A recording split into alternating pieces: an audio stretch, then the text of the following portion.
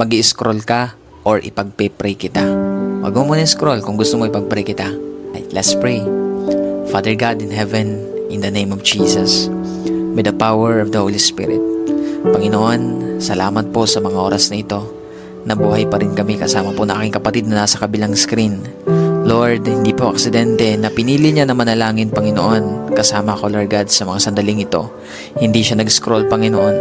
Lord God, hindi po aksidente na pinapakinggan niya ngayon, Panginoon, ang panalangin ito.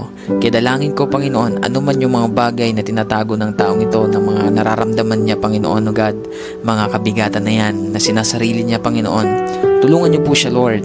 Panginoon, bigyan mo siya ng lakas na galing po sa inyo.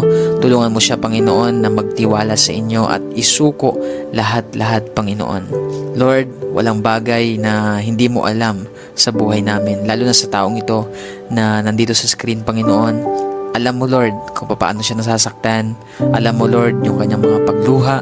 Alam mo, Panginoon, yung kanya pong karamdaman. Alam mo yung kanyang suffering, Panginoon. Lahat yan ay nalalaman mo, Panginoon.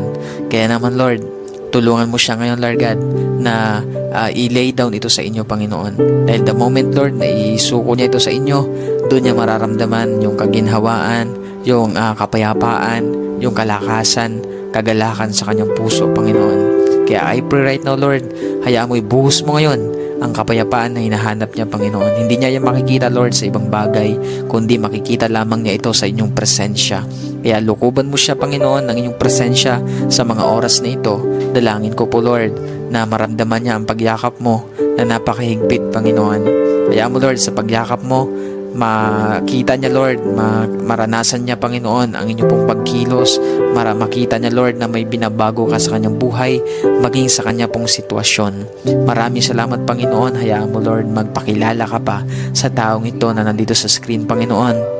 Alam ko po, Lord, na lahat ng nangyayari sa kanyang buhay ay mayroon kang purpose, Panginoon. Lahat yan, pagkatapos niyan, Lord, mayroon kang itinuturo sa kanya, mayroon kang mga bagay na nais ipaunawa sa taong ito, Panginoon. Kaya dalangin ko, Lord, na makita niya yun, Lord, yung purpose mo. Hindi niya isipin, hindi niya tingnan, Lord, na yan ay pabigat sa kanya, Lord, parusa sa kanya, kundi, Lord, mayroon kang bagay na gustong ipakita sa kanya. Isa na po doon ang kapangyarihan mo, ang katapatan mo, gustong patunayan ang katapatan sa kanya. Kaya dalangin ko po, Lord, na mas makita niya, Lord God, yung pagkilos mo sa mga sitwasyong ito na kanya pong pinagdadaanan. Maraming salamat, Lord. Pinagkakatiwala ko po siya sa inyo. In Jesus' name, Amen and Amen. So ayan, kapatid, ipagkatiwala mo yan sa Panginoon lahat. May purpose si Lord kung bakit ka nandyan.